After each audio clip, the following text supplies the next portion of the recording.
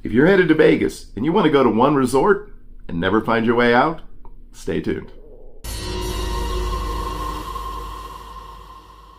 Hey everybody, welcome back to Vegas Tips and Tricks. We do this a couple of times a week, trying to provide you with some good information about Las Vegas in just a couple minutes of your time.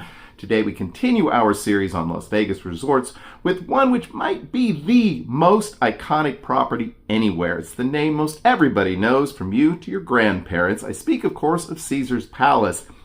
Opened up way back in the 1960s, it has aged about as well as anything in Las Vegas.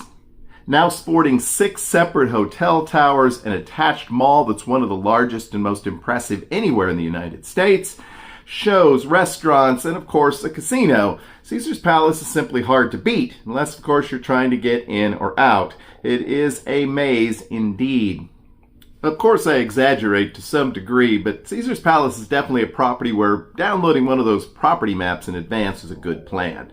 If you decide to stay at Caesars, expect to pay a little bit of a premium. I think it's one of the more overpriced resorts, and if you do, try to get into one of the newer towers, the Palace, Augustus, or Octavius towers. Otherwise, you're going to feel like you paid more for not much more than you could have gotten across the street.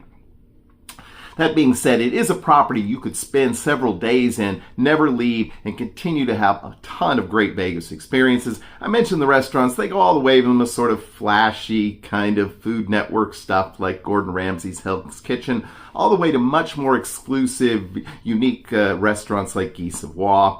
And of course, the range of shows goes all the way from the headliners at the Coliseum to the crazy, wacky Absinthe.